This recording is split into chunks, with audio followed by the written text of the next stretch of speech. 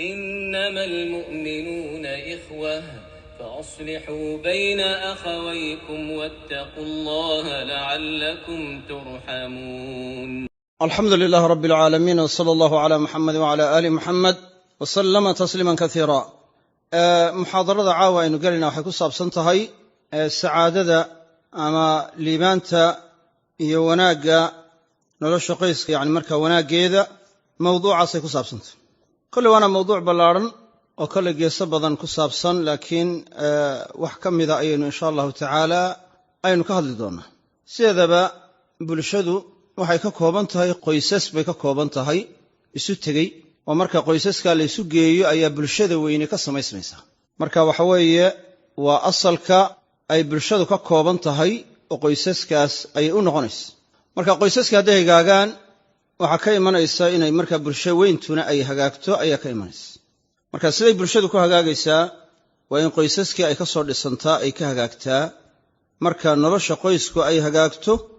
oo qoysas badan ay saa noqdaan, majoritiga qoysasku, bulsho weyntuna waxay noqonaysaa mid hagaagsan ayay noqonaysaa. Soomaalidu waxay yidhaahaan gunbay ka tolantaa. haddaba gurigu wuxuu ka kooban yahay marka laga hadlaayo qoyska asal ahaan wuxuu ka unkamaa yacni nin iyo qof dumara, ama bicibaara ukhraa aabbe iyo hooyo ayay marka dambe ma'aalka ku dambeeyaan insha allah. marka dambe waxay ku dambeeyaan in aabbe iyo hooyo noqdaan, laakiin marka hore labadaa ruux bay ka bilaabantaa nolosha qoysku ka bilaabmaysa. si haddaba markaa qoysku u hagaago waxaa loo baahan yahay marka ugu horraysa in lagu dadaalo labada qof ee qoyska unkayaa inay noqdaan qaar wanaagsan. taasina waxay ku iman kartaa qof waliba inuu naftiisa hagaajiyo, mar labaadkana qofkuu nolosha la wadaagayo uu doonto qofuu markaa wanaagsan u doorto inuu nolosha la wadaago. hadduu qof markaa hagaagsan yahay qofka kale aanu hagaagsanayn, farifool ma dhaqdo, isaga keliya waxa ma hagaajin karo. laakiin laba ruux oo markaa hagaagsanayn hadday isu yimaadaan aynay doonaan inay wax hagaajiyaan, waxbay hagaajin karaan. nolosha qoyskuna waxay noqonaysaa markaa mid hagaagta ayay noqonaysaa. waxaynu markaa tilmaamaynaa sida haddaba taasi ay u dhacdo waa in markaa la sameeyaa ruux horta marka hore wuxuu guurka uga jeedo waa inuu markaa ka fikiraa. muxuu u guursanaya qofku? ujeeddada uu ka leeyahay guurka waa maxay? guurku waa mashruuc ballaaran, waana markaa yacni xukun sharciyo diiniya weeye, amar sharciyo ilaahay amray weeye. wa ankixu alayaama minkum waالصaalixiina min cibaadikum wa imaa'ikum. allah wuxuu amray in loo guuriyo kuwa aan guurka lahayn, rag iyo dumarba, oo ninkii markaa aan haweenay lahayn in loo guuriyo, qofkii dumar ahayd iyada lafteedu aan nin lahaynna in loo guuriyo. labadaba waa la amray, isku sibaana loo amray. allah wuxuu yidhi wa ankixu alayaama minkum waالصaalixiina min cibaadikum wa imaa'ikum. u guuriya kuwa aan markaa reerka lahayn, oo markaa waxa weeye rag iyo dumarba, yacni kuwa aan markaa guriga lahayn u guuriya. kuwa xorta ah iyo kuwa wanaagsana addoommada aba u guuriya, lab iyo dhadigba. alayaama waxay ku dhacaysaa labkii iyo dhadigii mid walba ku dhacaysa. marka waa amar sharci ah, waxaana la yaqaanaa amarka shareecada ku sugan marka hore wuxuu keensadaa waajibnimo. alamru yaqtadi alwujuub. amarku waajibnimo keensadaa. waajibnimada wax ka leexiyey marka la helo waa laga leexiyaa, laakiin haddii kale waxa u asala in waajibnimada lagu xambaaro ayaa u asala.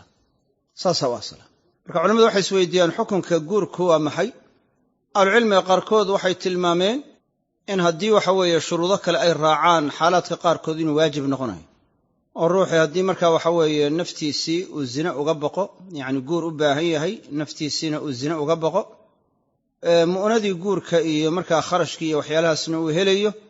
xaalaadka noocaasoo kale waa waajibaya, waajib buu noqonaya. haddii markaa waxa weeye taas uu ka maran yahay, culammada qaarkood waxay yidhaahdeen wuxuu noqonayaa sunne mustaxaba ayuu markaa noqonaya, sunne mu'akada ayuu noqonayaa haddii aanu naftiisa zina uga baqin, laakiin mu'nada helayo, yacni kharashkii uu helayo. guurkii waa u baahan yahay, laakiin naftiisa ugama baqaayo inuu zina iyo waxaas ku dhaco. xaalkaasoo kale wuxuu noqonayaa sunna mu'akada bay ahlucilmiga qaarkood mareen. culammada qaarkood oo markaa lafteeda waajib ka dhigayaana waa jiraan. marka axkaam badan buu leeyahy. marka waxa weeye waa amar sharci ah oo sharciga ku sugan marka hore in la guursado. marka ruuxu wuxuu u guursanayaa oo loo baahan yahay qofka muslimkii markuu guursanayo inuu u guursado awalan limtisaali amri sharc, amarka sharciga inuu fulinayo waa inuu uga jeedaa ujeeddadu u guursanaya waa inay tahay amarka sharciga inuu fuliyo inuu muraadkiisu yahay mar labaadka waa inuu uga jeedaa taqarrubu ilaahay ugu dhowaanayo oo rabbi ku caabudayo xadiis waxaa lagu soo wariyey ninku hadduu guursado faqad istakmala shatra diinih diintiisii bar ka mida ayuu dhammaystirtay falyattaqi illaha fi shatri alaakhar qaybta kale ilaahay kaga baqo waxyaalaha looga jeedo waxaa ka mida guurka iraadat alcafaaf ruuxu inuu doonaayo inuu dhowrsooni helo oo xaaraantii uu ka dhowrsoonaado hadday tahay ficil ahaan yacni xaaraantii weynayd iyo zinadii weynayd inuu ka dhowrsoonaado iyo waxa la midka ah iyo waxa ka sokeeyaba inuu ka dhowrsoonaado sida waxa weeye markaa inuu indhihii laaban waayo iyo wax la mida taasoo kale inay doo uga noqdo guurku oo xubintii taranka in la ilaaliyo oo xaaraan laga ilaaliyo waxaa laga hormariyey indhaha in la laabto qul lilmu'miniina yaghuduu min absaarihim wayaxfaduu furuujahum mu'miniinta waxaad ku tidhaahdaa indhihiinna laabta xubnihiinna tarankana dhowro ilaaliya dalika askaa lahum taasaa dahirnaan iyo wanaagu leh ina allaha khabiirun bima yasnacuun waqul lilmu'minaati yaghdudna min absaarihinna wayaxfadna furuujahun dumarka markaa iimaan kalena waxaad ku tidhaahdaa indhihiinna laabto xaaraanta ka laabta xubnihiinna tarankana dhowra oo ilaaliya oo dembi ka ilaaliya inaa wax dembiga ku isticmaashaan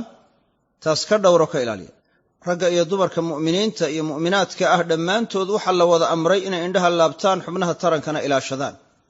marka siyaalaha lagu ilaashanayo waxaa ka mida guur yacni markaa saxa qofku inuu markaa la yimaado oo markaa waxa weeye uu guursado waa dariiq xalaal ah oo xaaraantii iskaga dhowrayo oo dembigii iska ilaalinayo marka dariiqa caynkaas ayaa laynoo sharciyey marka cafaaf in la doono oo dhowrsoonin la doonaayo xaaraantii laga dhowrsoonaado waxay ka mid tahay ujeeddooyinka loo guursanayo xadiis waatii ku soo aroortay in nebigu yidhi calayhi salaatu wasalaam halaaatun xaqun cala allahi cawnuhum saddex allah wuxuu isku waajibiyey kaalmayntooda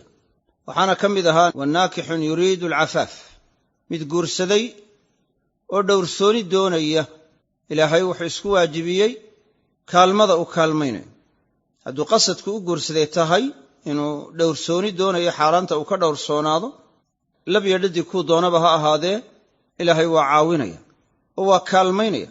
waxaa ka mida ujeeddada marka uu guursanayo ruuxu takhiiru alummati almuxamadiya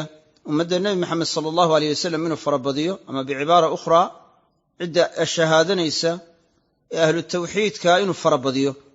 nebiguna wuxuu yidhi calayhi asalaatu wasalaam tazawaju alwaluuda alwaduuda fainii mukaahirun bikum alanbiya'a yowma alqiyaama wa fii lafdin fainii mukaahirun bikum alumama yowma alqiyaama mubaahinna waa soo aroortay wuxuu nebigu yidhi calayhi salaatu wasalaam waxaa guursataan dumarka dhalmada badan kuwa dhalmada badan guursada ee markaa jacaylka badan maxaa looga jeedaa kuwa markaa jacaylka badan bacdu ahlicilmi waxay yidhahaan waxaa laga tilmaamayaa shabbadaha guursada oo khaas ahaan si gaara loo sii amray maaha in la diidaayo in guursado kuwa carmalka ah laakiin waxaa lasii fadilayaa kuwa shabbadaha baa lasii fadilaya yaan guur hore soo marin waa iyaga ayaa jacayl badan bay yidhaahdeen marka alwaduud culammadu waxay ku fasireen in laga tilmaamayo alabkaar bikradaha in loo jeedo waayo qofka dumar ee nin hore soo martay ama rag hore soo martay yacni markaa qalbigeedii cid kale ayaa degtay marka waxa weeye wax kastay la kulantana waxay u qiyaasaysaa xaaladdii hore had iyo jeerna cidda ay ku horrayso ayaa laga yaabaa qalbigeedu inuu ku tacalluqo inuu qalbigeedu la xidhiidhsan yaha dhici karta marka saas aawadeed bikradda qalbigeeda hore looma degin ataanii hawaaha qabla an acrifa alhawa fasaadafa qalban khaaliyan fatamakkana marka saas aawadeed waa lagu fasiray wejigaas laakiin iyaga laftooda waa la guursan karaa kuwa aan shabbadaha ahayn laakiin waxaa laga tilmaamaya un mudnaanshaha in la sii siinaayo ayaa markaa looga jeeda alwaluud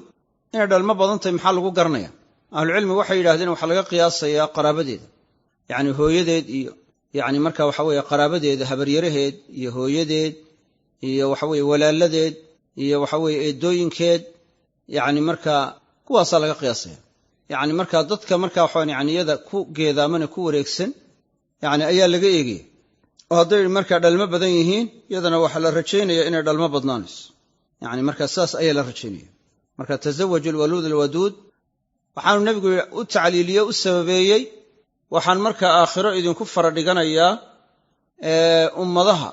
ama nebiyada ayaan maalinta qiyaamo idinku fara dhiganayaa ummatu maxamed inay ka badan tahay ummadda nebiga rumaysay calayhi salaatu wasalaam ee raacday. waana inoo sheegay nebigu calayhi salaatu wasalaam cidda jannada gelaysa in ummatu maxamed u badan tahay. axaadiista saxiixa waxaa ku soo aroortay dadka jannada gelaaya marka loo qaybiyo 2 nus, kala badhow badh in ummatu maxamed ay tahay, inta kalena ummadaha kale oo dhan inay noqon karaan. saasaa markii hore loo sheegay nebiga calayhi salaatu wasalaam in ummatu maxamed ay nus tahay, kala badhow badh in la siiyey. yacni bidabdi lama odhan ummadaha kale waa nuska kale, marka inta kale waa laga aamus, laakiin nus inay ummatu maxamed tahay baa markii hore loo sheegay. kadib haddana waa loo kordhiyey nebiga calayhi salaatu wasalaam, oo waxaa markaa loo sheego loo waxyooday ummatu maxamed inay jannada ka noqonayso marka 3 dalool laga dhigo 2 dalool. 3 marka qaybood marka loo qaybiyo ahlu jannaha, 2 qaybood ummatu maxamed inay noqonayaan. qaybta saddexaad ee soo hadhayna ummadaha kale oo dhan oo la isu geeyey inay isku noqonayaan. halkaa waxaad garanaysaa ummatu maxamed, ummadda nebiga rumaysay calayhi salaatu wasalaam ee ummatul ijaaba ee raacday, in farahoodu aad iyo aad u badan yahay ayaa laga qaadanaya. sidaas ayaa laga qaadanaya, laga daliishanaya. marka nebiguna calayhi salaatu wasalaam wuxuu amrayaa in ummadda la farabadiyo oo sidaas aawadeed la guursado si ummatu maxamed ay u farabadato. marka ujeeddooyinka loo guursanayo waxaa ka mid ah ummadda nebi maxamed sala allahu aleyh wasalam iyo cidda ashahaadanaysa in la farabadiyo ayaa markaa ka mid a. waxaa ka mid a ujeeddooyinka looga jeedo icfaaf, markaysaga cid yacni kaloo ahlulislaama inuu dhowrsoomo inuu u sababaayo, waa qasad isaguna markaa imanaya. waxaa kaloo imanaya oo sii raaca inuu waxa weeye awlaad wanaagsan inay ka beeranto inuu doonaayo, oo awlaaddaa wanaagsanna ay markaa waxaweyn u ducayso oo ducadooda iyo markaa u helo. waayo nebigu calayhi salaatu wasalaam waxa uu sheegay idaa maata ibnu aadam inqataca camaluhu ila min 3: sadaqatin jaariya aw cilmin yuntafacu bihi aw waladin saalixin yadcuu lah. nebigu wuxuu sheegay calayhi salaatu wasalaam qofku hadduu dhinto camalkiisu waa go'ayaa 3 mooyaane. 3daa aan go'ayni waa maxay? waa sadaqo jaariya oo waqaf ah, waa ilmo wanaagsan oo u soo duceeya, waa cilmi sharciya oo cid baray oo faafiyey, isagana inta cilmigaa lagu intifaacayo yacni sawaabkiisa iyo ajarkiisu waa u soconaya. waqafkaana inta lagu intifaacayo uu waqfay yacni ajarkiisu waa u soconaya, ajarkiisu waa u soconaya. marka ashyaa badan baa saa laynoo sheegay oo yacni markaa fawaa'id ah oo ku jira markaa waxaa guurkii ku jira ayaa markaa jira. saas aawadeed ujeeddooyinka caynkaasuu ruuxu u guursanayaa. marka uu guursanayo waa inuu markaa aan ujeeddadiisu ahayn bes yacni shahwada gudo. shahwada inuu dariiq xalaala ku guto lafteeda waxay ka mid tahay maqaasidda sharciga ah, ajarna waa ka helaya. oo nebigu calayhi salaatu wasalaam waxau yidhi wa fii budci axadikum sadaqa, yacni waxa weeye galmada yacni xalaasha ee ruuxu sameeyo lafteedu waa sadaqad oo ajar buu ka helaya. saxaabadii way yaabeen, nebiga deedna su'aal bay ku celiyeen calayhi salaatu wasalaam. waxay yidhahdeen ayaati axaduna shahwatahu wa yakuunu lahu fiiha ajr, midkaayama intuu shahwadiisa guto ayaa ajar ugu sugnaanaya miyaa? markaasaa nebigu ku yidhi calayhi salaatu wasalaam si uu arrinkaa u fahansiiyo, ara'ayta low wadacaha fii xaraam akaana calayhi wisr, hadduu markaa waxa weeye shahwadaa u isticmaali lahaa xaaraan miyaan dembi ka fuuleen waanu ku dembaabinoo dembi looga qoreen? waxay yidhahdeen haa. qaala fakadalika idaa wadacaha fii xalaal yakuunu lahu fiihi ajr, saasoo kale hadduu xalaal ku isticmaalana oo xalaal u adeegsadana ajar baa ugu sugnaanaya, sida hadduu xaaraan u adeegsado dembi ugu sugnaanayo ayaa hadduu xalaal u adeegsadana ajar ugu sugnaanaya. laakiin marka waxa weeye ujeeddada qofku waa inaanu noqon bes shahwada gudo.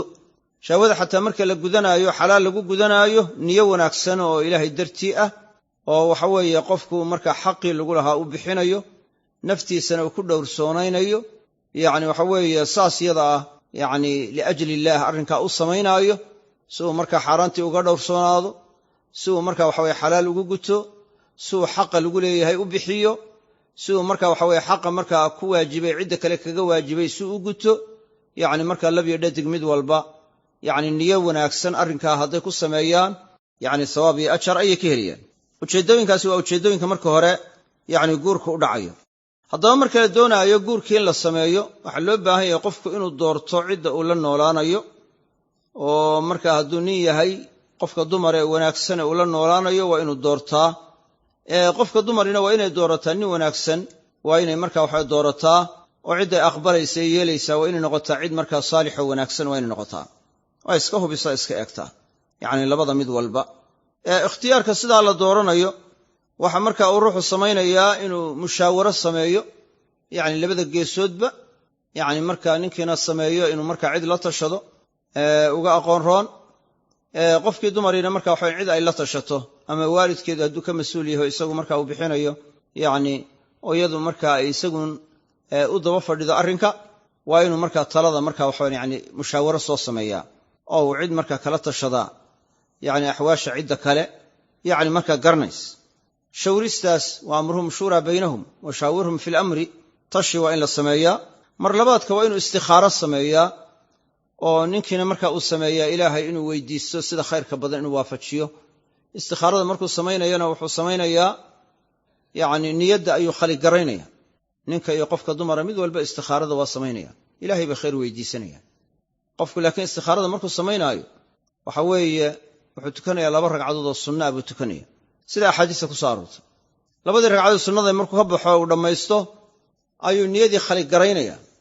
yani labada geesood gees inuu markaa niyadu u badato ama jeclaysato ayuu ka saaraya khali buu ka dhigaya iyadoo niyada khali tahay buu ilaahay baryaya ducada istikhaaradan akhrinaya hadduu nin yahay iyo hadduu qof dumar yahay mid walba qofkii dumar ee loo soo khidbeeyey la soo doonay yani ninkaa inay aqbasho bay istikhaarada ka samaynaysa bacda almushaawara tashi marka la sameeyo dabadeed haddii markaa loo ammaanay wuxuu markaa ay samaynaysaa inay ilaahay khayr weydiisato 2 ragcadood sunnaa tukato dabeedna niyada khaligarayso naftii inay gees u yeelato iska dhaafto ka saarto dabeedna ay akhrido ducada allahumma inni astakhiruka bi'ilmika wa astaqdiruka biqudratika wa as'aluka min fadlika al'azim fa innaka taqdiru wa la aqdiru wa ta'lamu wa la a'lam yani ducadii buu akhrinaysa ninkuna waa saas ilaa markaas dabeed waxa ku jirta allahumma in kunta ta'lamu anna hadha al-amra arrinkiibu markaa magacaabaya oo yismi xaajata wa xadiiska akhirkiisa ku sugan xadiiska bukhariga marka waxa weeye yani ninka guurkiisa ama qofka dumara guurkeedu hadduu khayr ii yahay ilaahay uu waafaji oo ii qadar oo ii fudaydi hadduu ilaahay oo shar ii yahayna ilaahay iga leexi yani marka isagana iga leexi anna iga leexi niyadeeda ka leexi khayrkuna meeshuu yahay ilaahay ii qadar mid walba saas ku ducaysanaya ducaa istikhara yani waxa idin qoraya kale kutubta ayaa idin qoraysa oo ka arki doontaan yani hore u hayseen ama ciidan hore u hayna yani kutubaha marka qoraya ay ducada marka ka akhrisan doonaan marka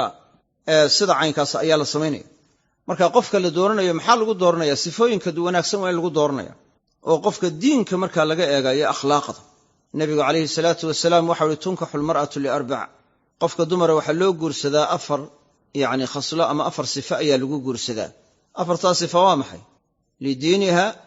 yani diinteeda daraadeed waa loo guursadaa walimaaliha maalkeeda daraadeed waa loo guursadaa walinasabiha ama walixasabiha waa loo guursadaa xasabkeeda iyo sharafta aabbayaasheed leeyihiin waa loo guursadaa walijamaaliha quruxdeedana waa loo guursadaa yani wuxuu ka hadlayaa nebigu calayhi salaatu wasalaam caadatan waxay raggu dumarka ku doortaan ayaa 4 arrina qaar diin baa lagu doortaa qaar xoolaa lagu doortaa qaar marka qurux baa lagu doortaa qaarna waxa weeye yani dhalasha ayaa lagu doortaa yani in waxa weeye yani sharaf ay leeyihiin yani qoyskooda iyo nasabkooda iyo yani aabbayaasheeda iyo awowayaasheeda ay leeyihiin ayaa lagu doortaa marka 4 arrin waa arrinka caadatan lagu doorto laakiin nabigu teebuu sheegay calayhi salaatu wasalaam in lagu doortaa inay fiican tahay tuu nabigu sheegay waxa weeye waa diinka fadfar bidaati diini taribat yadak yani ta diinka u saaxiibka ah tadayunkeeda iyo diinku dhaqankeedu u fiican yahay taas ku guulayso ayaa nabigu yidhi calayhi salaatu wasalaam sidaas ayuu yidhi marka sidaa ninka laga rabo inuu markaa doorto qofka dumara diinka leh sifooyinka kale wax inay ka raacaan maanic kuma sugna laakiin maxaa laga dhigaya almaqsuud alacdam ujeeddada weynaanshaha badani waa inay diinka noqotaa haddii ujeeddada weynaanshaha badani ay noqoto ashyaada kale oo aan diinka markaa miisaanka la saarin waxay markaa noqonaysaa caaqibadeedu waa xumaanays haddii ama qurux lagu doortay uun yani waxa weeye ama lagu doortay waxa weeye qoys wanaagsan bay ka dhalatay ama lagu doortay waxa weeye maal iyo xoolay leedahay waxaa laga yaabaa ashyaadaasi inay kedisaaba dhici karta saas aawadeed inuu ku guul daraysto oo markaysaga dhibaato iyo rafaad kala kulmo yani marka ayaa suuragal ah marka saas aawadeed yani waa in ashyaadaasi ayna kedin yani waxa weeye walow sifooyinka kale yaynayo raacinbe waxa fiican markaa taa diinka laakiin haddii aan maqsuudul acdam iyo ujeeddada weynaanshaha badan aynay ahayn inay waxyaalaha kale wax ka raacaan dhibi kuma sugna laakiin maqsuudka weyni waa inuu noqdaa yacni diinka amaba keligii uu noqdaa oo isaga keliya lagu doortay ama cala sabiili tabac marka isagaa la helo dabadeed in marka waxa weeye wax lagu kala arjaxo ashyaada kale oo aan miisaanku uu saaran yahay untan yacni saas waa in la yeelaa qofkii dumara lafteeda saasoo kale waxaa laga rabaa cidda ay dooranaysaa waa inay noqotaa cid marka wanaagsan waatuu nebigu yidhi calayhi salaatu wasalaam ida ataakum man tardawna diinahu wa khuluqahu fazawijuuh ila tafcaluu takun fitnatun fi lardi wa fasaadun cariid xadiiska tirmidiga nebigu waxau yidhi calayhi salaatu wasalaam marka uu idin yimaado midaa ka raalli tihiin diinkiisa iyo akhlaaqdiisa diinka waxaa loo jeedaa tadayunka uu ka diin yeelanayo diinka ku camal falayo aa ka raalli tihiin akhlaaqdiisana aa ka raalli tihiin fazawijuuhu u guuriya yani ashyaa kale ha eegina muxuu haystaa muxuu dhaqaale hayaa muxuu marka waxa weyaan xaguu ka dhashay yani marka muxuu yani quruxdiisu waa sidee waxyaalo kale lama sheegin waxaa la tilmaamay addiin waalkhuluq diin iyo akhlaaq ida ataakum man tardawna diinahu wa khuluqahu fazawijuuh sida uu markaa nebigu u yidhi calayhi salaatu wasalaam fadfar bidaati ddiini taribat yadaak oo uu diinka keliya uu tilmaamay in lagu doorto ayuu ninkiina wuxuu ka yidhi ida ataakum man tardawna diinahu wa khuluqahu fazawijuuh hadduu idin yimaado midaa diinkiisa iyo akhlaaqdiisa ka raalli tihiin u guuriya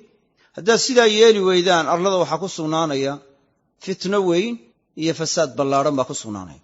fasaadkaasi waa in xumaantu faafto ayay noqonaysa oo ruuxii diinka lahaa diinkii akhlaaqda lahaa haddii loo guurin waayo dee fasaad baa imanaya faaxishadiiyo xumaantiina waa faafaysa siyaalaha haddaba markaa yacni qanaacada waxyaalaha ka qayb qaadanaya waxaa ka mida in labada ruux marka waxa weeyaan ay is arkaan oo nadar sharci yacni marka uu dhaco oo nebigu calayhi salaatu wasalaam nin baa markaa sheegay inuu markaa guursanayo markaasaa nebigu ku yidhi calayhi salaatu wasalaam an nadarta ilayha ma eegtay markaasuu maya markaasuu fandur ilayha yani fainahu axraa an yu'dama baynakuma wa fii lafdin fandur ilayha faina fii acyuni alansaari shay'a yacni iska eeg buu yidhi sababtu maxay tahay haddaan nadarka sharciga dhicin waxaa dhici karta in hadhow qofku wuxuu khayaali ahaan sawiranayey wax ka duwan inay ku soo baxaan dabeedna markaa xoogaa ay qalbijab ku dhaco oo markaa noloshii xoogaa yare hagaagi weydaa dhici karta laakiin qofku hadduu marka hore canbasiira ku galo oo ruux waliba ruuxa kale uu iska arko waxa weeye dee hadhow yacni waxa weeye khayaali khilaafsan waaqaca intuu iska sawirtay miduu marka waxa weeye markuu waayey ay si kale ku noqotay ma aha xadiiskuna waaba ishaaraya fa innahu axra an yu'dama baynakuma in dhexdiinna la iswaafajiyo taasaa u mudnaansha badan oo u awlaysan nadarku marka waxa weeye wuxuu sababayaa yacni waxa weeye qanaacada inuu markaa ka sii qayb qaato qanaacadaasina waxay ka qayb qaadanaysaa sacaadadii iyo liibaantii ayay ka qayb qaadanaysaa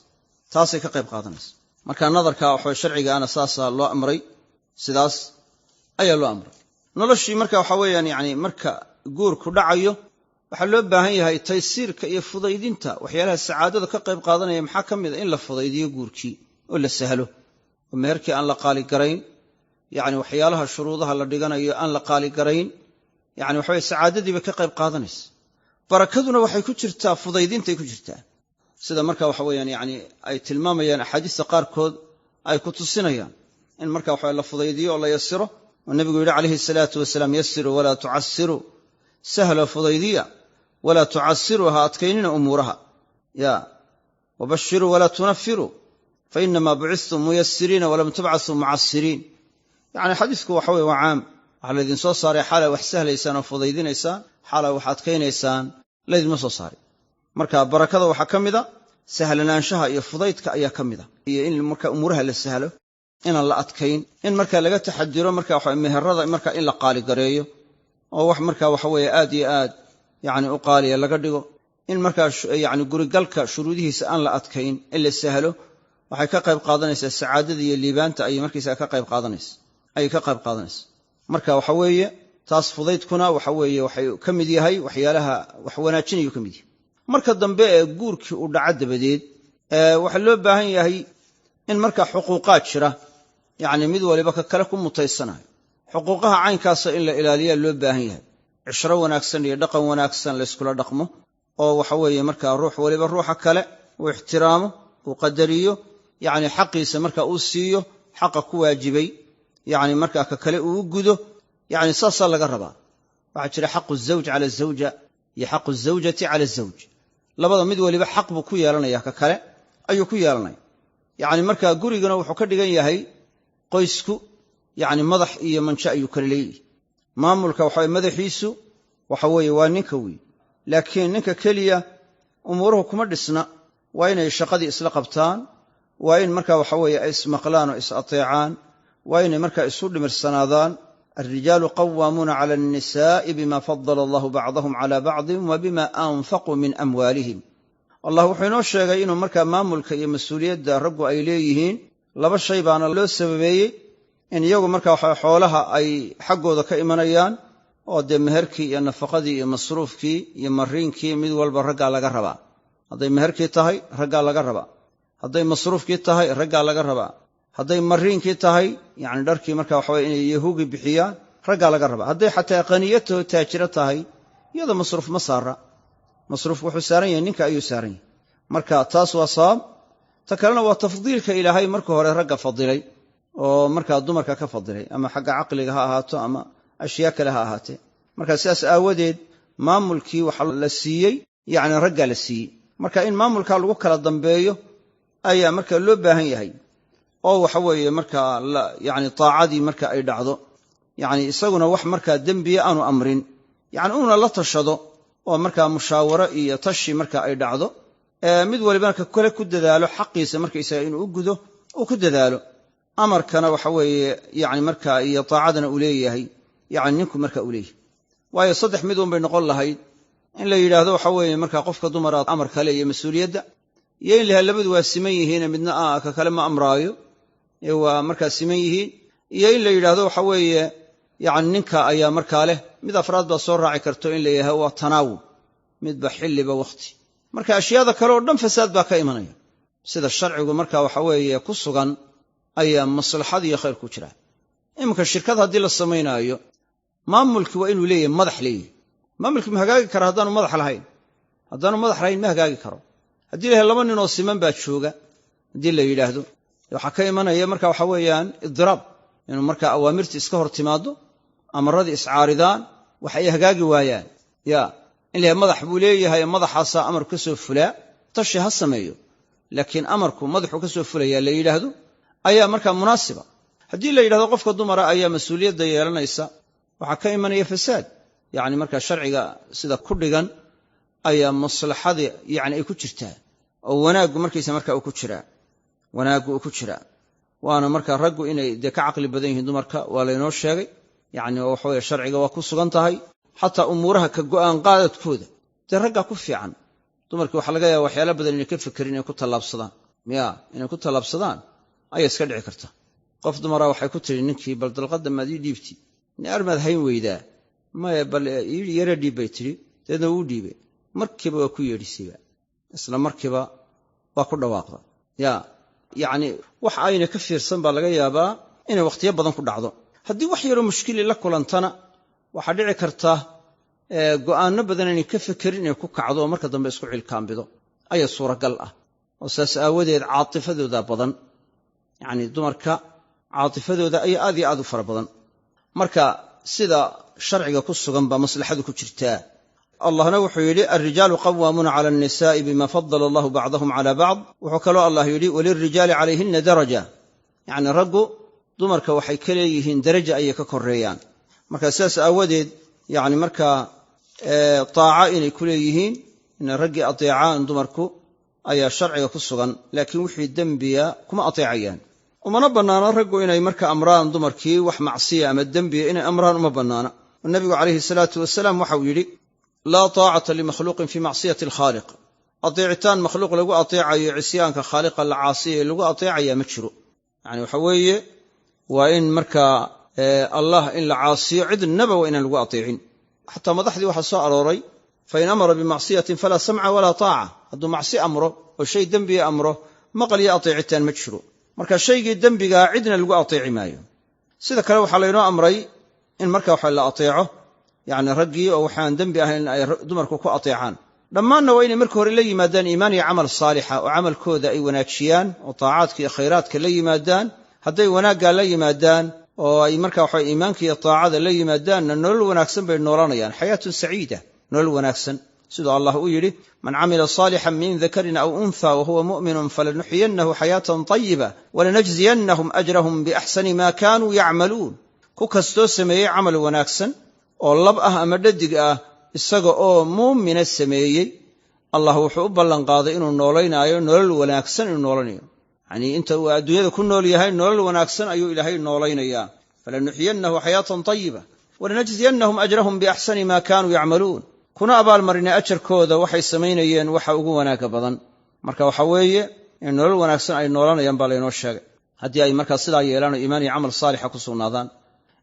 taacada markaa inay raggu leeyihiin oo wixii aan macsi ahayn intay kari karto qofka dumar inay ku adeecday inay tahayna waxaa laga qaadanaya aayaadkii aynu sheegnay walirijaali calayhina daraja ya arijaalu qawaamuuna cala annisaa'i bima fadala allahu bacdahum cala bacd waxaa kaloo laga qaadanaya axaadiista nebiga sala allahu aleyh wasalam sida xadiiska uu nebigu yidhi calayhi salaatu wasalaam laa yaxilu limra'atin an tasuuma wazawjuha shaahidun ila biidnih hayra ramadaana walaa ta'danu fii beyti ila biidnih xadiiska bukhaariga nebigu waxau yidhi calayhi salaatu wasalaam uma xalaalaha qof dumara inay soonto iyada oo ninkeedu joogo idankiisa la'aanteed haddaan markaa soonkaasi ramadaan ahayn bimacnaa soonkii faral ahaa soonka ramadaan oo kale yacni markaa idan uma baahna oo isagu waa waajib marka in wakhtigaa la fuliyo mutacayin u ah wakhtigaas in lala yimaado ayaa laazim ah marka yacni waxa weeyaan hadduu xataa yidhahdaa soomin ka yeeli mayso waayo waa macsiyo waa dembi laa taacata limakhluuqin fii macsiyati alkhaaliq laakiin soon sunnaa inay iska soonto isagoo jooga oo aan u fasixin oo u idmin ta noocaasi uma xalaal aha baa nebigu yidhi calayhi salaatu wasalaam laa yaxilu limra'atin laa yaxilu xalaalba uma aha yacnii soon sunna a bay samaynaysaa ninkii oo jooga idanna kamay qaadan xaalka caynkaasa waxay ku jirtaa dembi ajaray ka hesho daaye way ku dembaabaysaa soonkaas marka idankiisii maadaama lagu xidhay waxay ku tusinaysaa yacni taaca inuu ku leeyahay inay ateecdo inay tahay walaa ta'danuu fii beyti ila biidni gurigiisana cid kale u idmi mayso idankiisa la'aantii cid kale u idmi mayso wuxuu kaloo nebigu yidhi calayhi salaatu wasalaam ida daca arajulu imra'atahu ila firaashihi falam ta'tihi fabaata ghadbaana calayha lacnatha almalaa'ikatu xataa tusbix ninku hadduu u yeedho qofkiisa dumara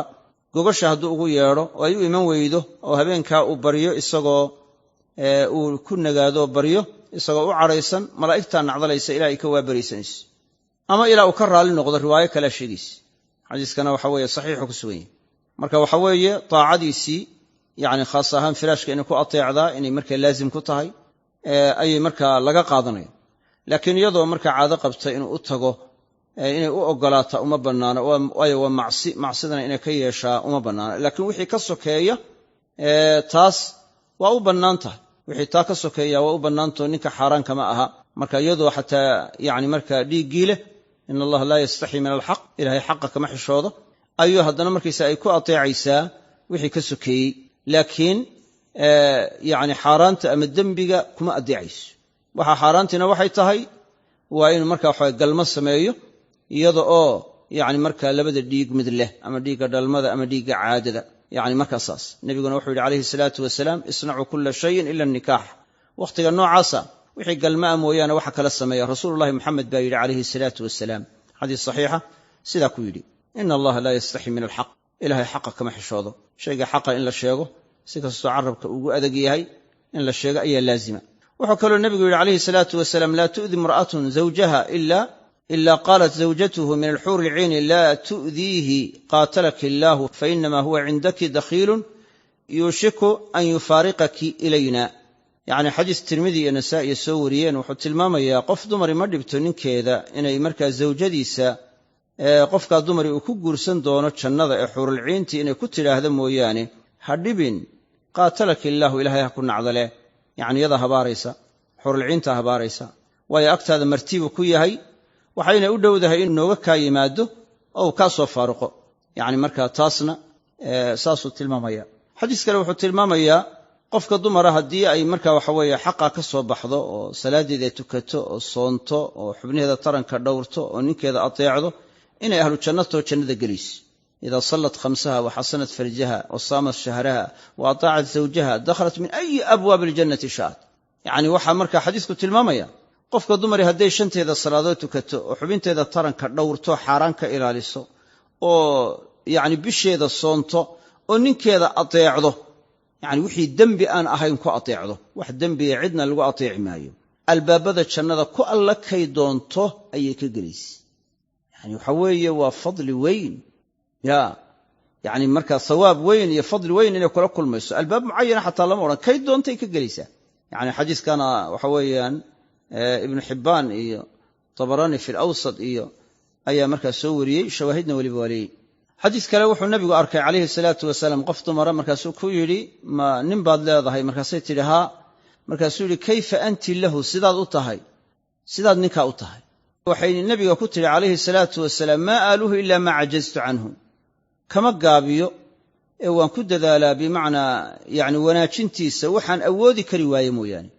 nebigu wuxuu ku yidhi calayhi salaatu wasalaam fandurii ayna anti minhu fainahu jannatuki wa naaruk eeg meeshaad ka joogta buu yidhi meeshaad isagaa agtiisa ka joogto eeg waayo waa jannadaadii iyo naartaadii weeye bimacnaa haddii aad u wanaagsan tahay waxa weeye waxay ka dhigan tahay jannadaadii oo jannay kuu sababaysaa haddaad u xun tahayna waxa weeye waa naartaadii oo bimacnaa waad ku naar mudanaysa macnuhu saasuu dhacaya xadiiskana imaam axmed iyo xaakim iyo tabaraani fi alawsad iyo nasaa'i fii cushrati nisaa ayaa markaa soo wariyey culammada qaarkoodna waa quweeyeen marka haddaba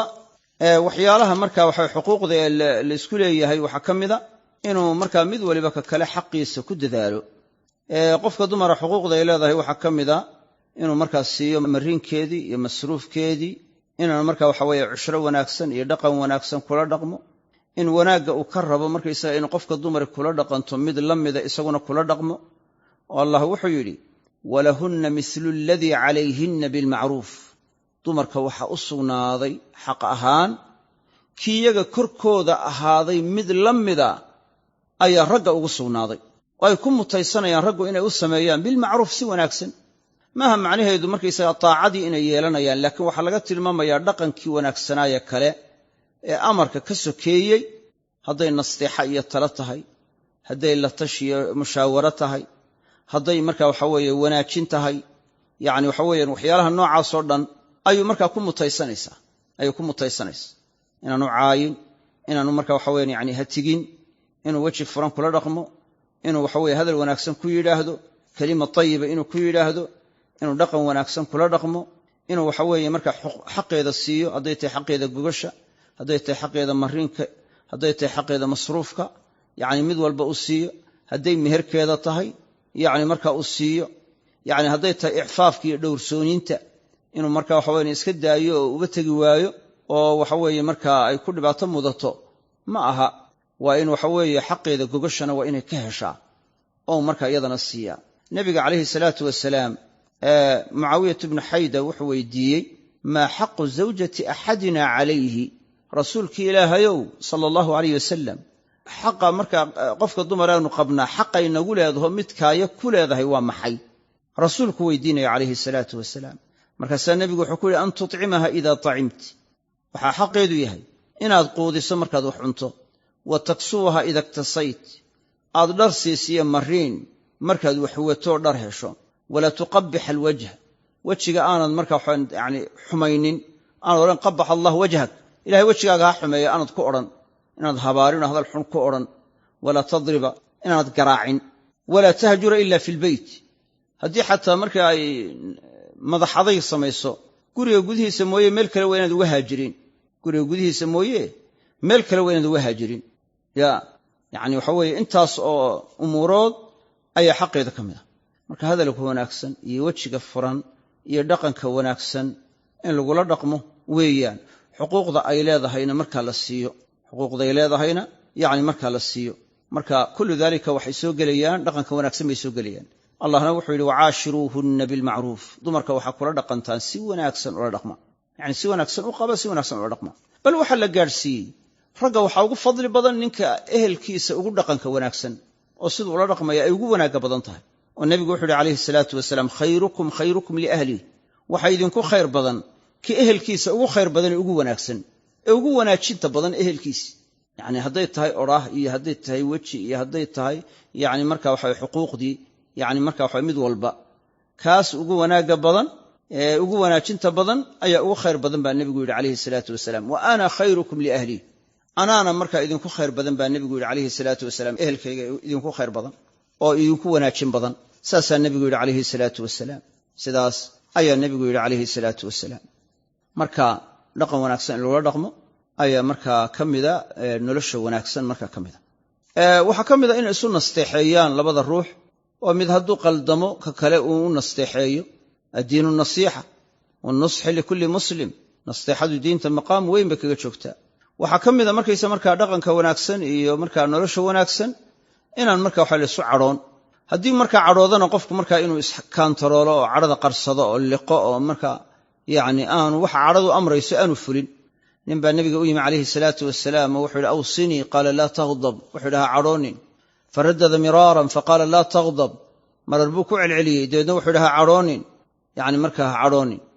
culammadu waxay yidhahdeen waxaa la ogaaday cadhadu inay tahay jimaacu shari shar oo dhan inay kulansato yani dadka qaar baa cadhooda markaasay gaaloobaan dadka qaar baa cadhooda markaasay wax dilaan dadka qaar baa cadhooda markaasay dembiye waaweyn galaan markaasay qadaf iyo cay markiisa markaa la yimaadaan iyo dembiye waaweyn yani markaa la yimaadaan dadka qaar baa cadhoodo intay cadhoodaan ayaa markaa guriga ay burburiyaan oo reerkii markaysaa baabi'iyaan marka waxaweye fasaad badan baa ka yimaada yani qofkana caafimaadkiisa uma fiicna markiisa waxaa cadhada badani yani uma fiicna cadhada inuu yani iska kaantaroolo iska ilaaliyo ayaa fiican hadday xataa cadhadu ku timaadana cadhadu waxay amrayso waa inaanu fulin waa inuu cadhadii markaysa waxaan yani iska liqaa yani waxa weeyaan fadhiistaa weysaystaa hadduu taagan yahay fadhiistaa hadduu fadhiyo jiifsadaa yani marka waxa cadhadii waa inaanu sii kicin naftiisii aanu sii kicin taas isagana waa dhibaysaa dhibaatooyin kale oo ka qoomamoodana waa isaabaysa dadka qaarkood baa intay cadhoodaan markaysa waxaan yani markaa suuxa ama faalij ku dhuftaa amaba waxa weye markaysa markaa waxaan yani dhibaatooyin kale ku dhacaan amaba markaysaa geeri u sababtaa cadhadu haddama aragta khataray leedahay saas aawadeed qofku markaa umuuraha waa inuu iska sahlaa fudaydiyaa dulqaataa dulqaadkiiyo sabirka isbaraa deganaanshaha la yimaadaa dhimirsanaanta la yimaadaa rifqiga iyo dhimirsanaantu waa fiican tahay maa kaana rifqu fii shayin ilaa zaana wamaa kaana alcunfu fii shayin ilaa shaana nebigu wuxuu sheegay calayhi salaatu wasalaam rifqiga iyo dhimirsanaantu shay gudihii ma ahaato inay qurxiso mooyaane dhimirsanaantu waxbay qurxisaa cunfigiiyo adayguna shay gudihii ma ahaado inuu fool xumeeyo mooyaane ya degdeg uma fiicna degdega waa in la iska jira alcajalatu min ashaytaan wata'anii min allah nebigu wuxuu yihi calayhi salaatu wasalaam yacni degdegu shaytaan xaggii buu ka ahaaday deganaanshuhuna xagga allah buu ka ahaaday marka in deganaansho lala yimaado ayaa markaa wax fiican oo markaysa markaa la deganaado qofkii qofka kale kolley wax waa ku qoonsanaya hadduu wax ku qoonsado waa inuu dulqaataa nebigu wuxuu yihi calayhi salaatu wasalaam laa yafrak mu'minu mu'minata in kariha minha khuluqan radiya minha aakhara nin muumini yaanu gabadh muuminada ku nicin yani markaa cadho uu cadhooday iyo nicis u nacay yani shay ku nacay in kariha minha khuluqan hadduu dabeecad ku nacay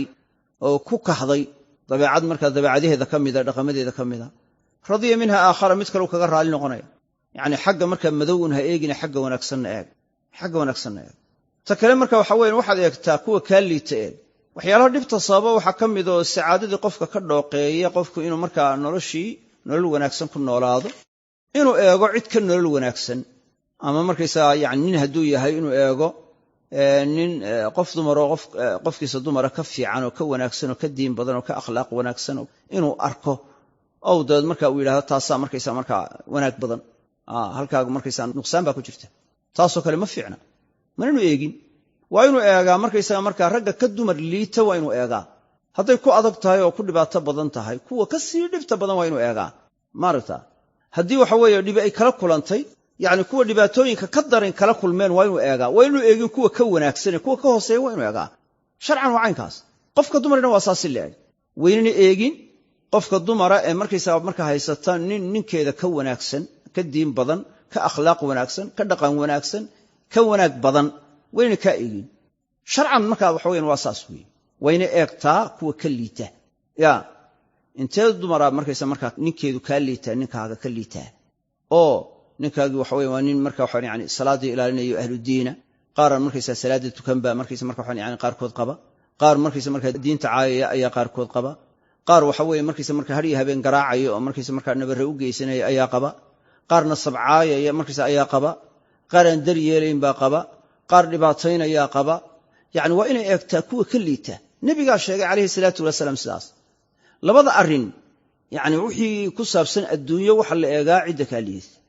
wixii ku saabsan diin wixii ku saabsanna waxa la eegaa cidda ka sidata adamaarta cidda ka sidata nabigu wuxuu yiri calayhi salaatu wasalaam nicmada markii uu ka hadlayay unduruu ila man huwa asfala minkum wala tanduruu ila man huwa fawqakum kuwa idinka hooseeya eega nicamka adduunyo kuwa idinka hooseeya eega wala tanduruu ila man huwa fawqakum ha eegina kuwa idinka sarreeya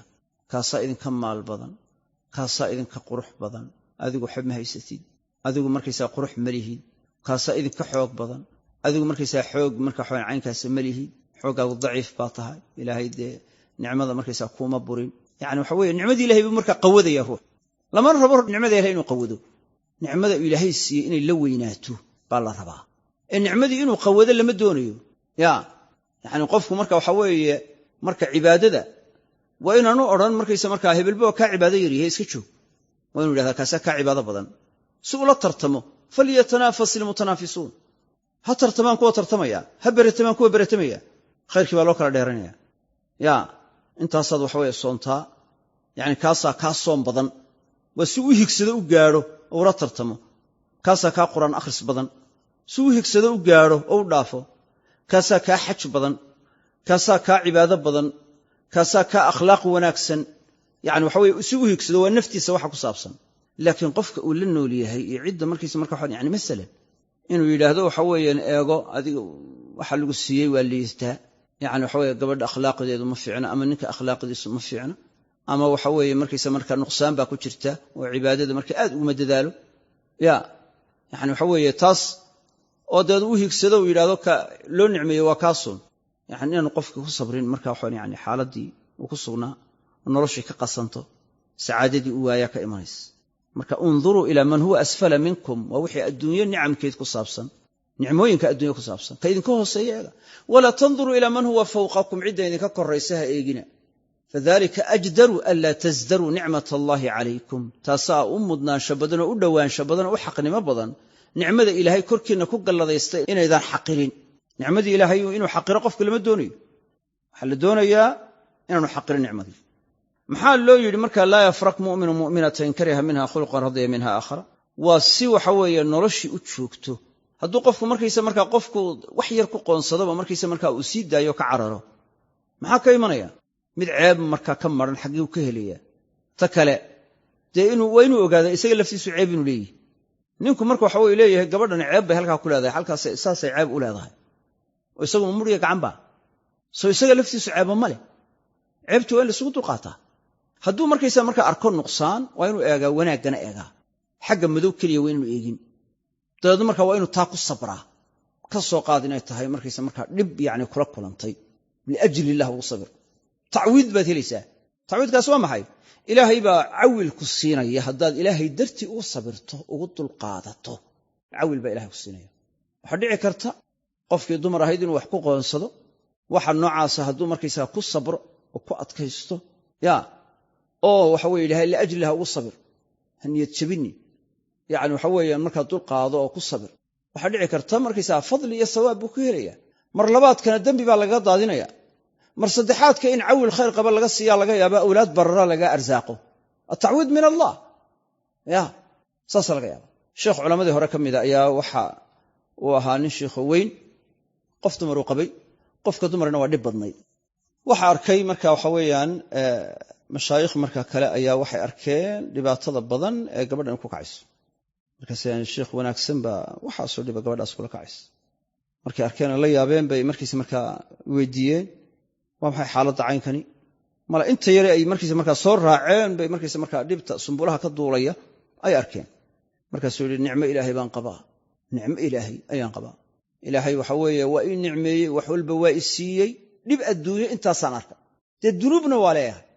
dantayda weeyo dambiyada wax iga daadiyaan u baahnaa dhib kale inta ahayn ba ma arag waxaan ugu sabrayaa yani markaa kafaara lidunub bay ii tahay dantayda weeye naarta aakhirada uma taagayo ya nicmo ilaahay baan qabaa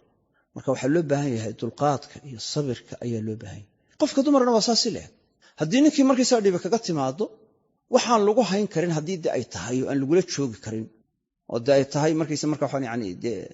yani marka diincay iyo yani waxa weeye kufri iyo gaalnimo iyo salaadii faralka ahayd inuu ka tegayo yani waxa weeyaan iyo marka waxayna ku adkaysan karin oo yani duuna daalika ba ha ahaadee aynay ku sabri karin oo yani ku noolaan karayn haddii ay tahay xaaladda noocaasa ha ka tagto yani marka waxa weeyaan siday uga bixi lahayd ha samayso ya yani waxa weeyaan xal bay markaa dariiqa u noqonaya haddii aynay ku wada noolaan karin talaaq hadduu kufriyo gaalnimo la yimaadana gaalnimo lagulama joogi karo oo nin gaal ah ama habeen iyo maalin marba markaa mid walba gaaloobaya in markaysa markaa lala joogo khayr kuma jiro haddii dhaqankiisa markaysa mid aan lagu sabri karayn yahayna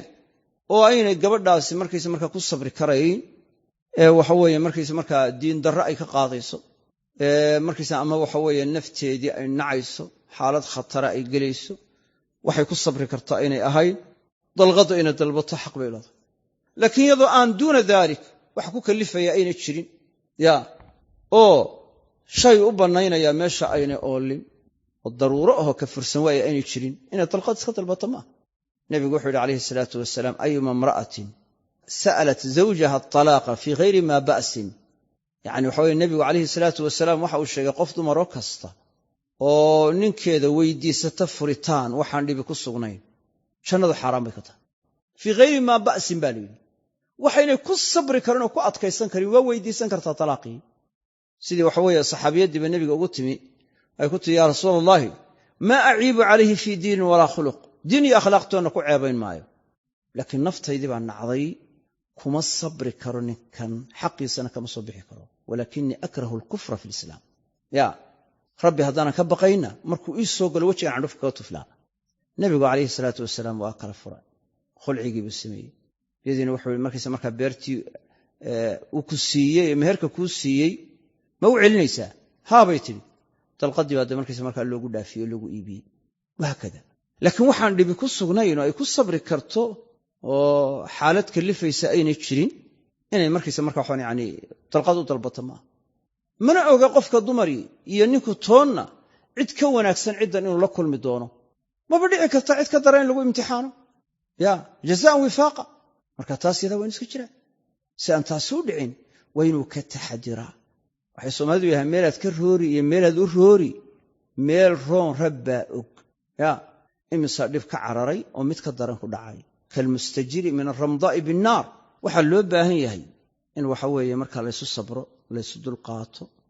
ayaa loo baahan yahay ubadkana lagu dadaalo islaaxooda iyo hagaajintooda iyo tarbiyadooda iyo wanaajintooda yani lagu dadaalo isku sina markaysaa markaa loola dhaqmo in marka waxa weye camalkii lagula dhaqmaye la kala duwo oo midna marka waxa weeyaan uu khayrka amro oo markaysaa midna uu yidhaahdo yani marka waxba ha dhibin carruurtii ka daa munaasib maaha waa in ariiqo keliya lagula mucaamila waxyaalaha tarbiyada xumeeya waxaa ka mida inaan isku si loola dhaqmin waxa markaysaa khayrka waa in la wada amraa marka nebigu yidhi calayhi salaatu wasalaam muruu awlaadakum asalaata lisabcin ma aha markaysaa aabbaha keliya in laga rabo inuu amro waa in labadoodu wada amraan tarbiyada wanaagsan saasay ku imanaysaa in amarku labadaba ka dhaco laakiin markaa hooyadu inay is tidhaahdo markaysaa amarku adiga kuma khuseeyo isaga amray ayadu iskaga aamusto ama saa u eegto iska dhaafto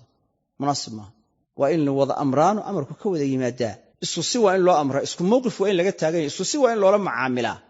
haddii labadii qof markaysa markaa ubadkii u arkaan midna inuu cadow leeyahay midna marka waxa weye inuu yani saaxiib leeyahay taa qudheedu dhibaatay leeda tarbiya xumaanta waxyaalaha ka qayb qaatayna ka mid tahay marka khayrka waa in lagula dadaalaa aadaabta wanaagsan waa in la baraa yani marka yaa ghulaam sami illaah kul biyamiinik kul mima yaliik yani waxa weeye nebigu calayhi salaatu wasalaam ubadkii saasuu amrayey inankii yaraaya markiisa marka waxaan yani ummu salama ay dhashay wuxuu yidhi inan yar baan ahaa nebigaan markiisa marka wax la cunayey markaasaa gacantaydu waxay ku warwareegaysay xeedhadaa marba gees ka qaadanayay markaasuu nebigu ugu yidhi yaa ghulaamu wiilow samillaah allah magacaw bismillaah dheh wa kul mima yaliik halka kusoo xigta ka cun wa kul biyamiinik midigtaada ku cun wa kul biyamiinik midigtaada ku cun wa kul mimaa yaliik halka ku soo xigtana ka cun waa aadaabtii wanaagsan aan loo laqimayo inuu midigta wax ku cuno inuu bisamka u qabto inuu halka ku soo xigta ka cuno waxa markaa xun waa in laga reebaa kakhin waa tii markiisa markaa xasan markuu is yidhi sadaqadii qaado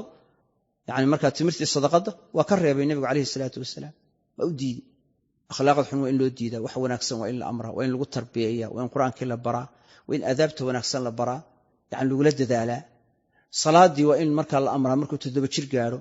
yani waxa weeye marka uu 10 jir gaadhona nebigu wuxuu amray calayhi salaatu wasalaam in lagu garaaco wahaakada garaacaasi laakiin garaac bararinaya maaha haddii marka waxa weeyaan yani ay dhacdo in waxa weeye yani haweenaydii ninka ay diiddo ay ka madax taagto waa inuu waaniyaa faciduuhunna wahjuruuhunna fi lmadaajici wadribuuhunna saasaa sharcan loo dhigay darbigu waa dambeeyaa waxaa la hormariyey wacdiga iyo waanada waxaa lagu xijiyey hajriga in laga haajiro oo laga weji dadbo yani marka waxa weeye gurigana looga tegi maayo walaa tahjur ila fi lbeyt waa inaga xadiiska ku soo aragnay marka cishrada wanaagsan iyo dhaqanka wanaagsan waa in la eegaa waa in la eegaa siiradii nebiga sala allahu aleyh wasalam iyo dumarkii nebiga iyo waxa weeye saxaabadii iyo saxaabiyaadkii waa in la eegaa siiradoodii akhlaaqdoodii iyo dhaqankoodii in lagu daydo laysku dayaa laqad kaana lakum fii rasuulillahi uswatun xasana waxaa idinku sugnaatay rasuulka ilaahay ku dayasho wanaagsan ayaa idinku sugnaatay qabsashada sharciga la qabsanayo waa in lagu dadaalaa waa idinku dheereeyey kolley kelmaddii mawduuca kolley iska ballaaran waxaan filayaa kolley inaan qadarka ila tilmaamay waa mawduuc kolley waasic oo kolley siisa u ballaaran baaraka allah fiikum wajazakum allah khayran ilahay dhammaantiin ha inagu anfaco wallahu aclam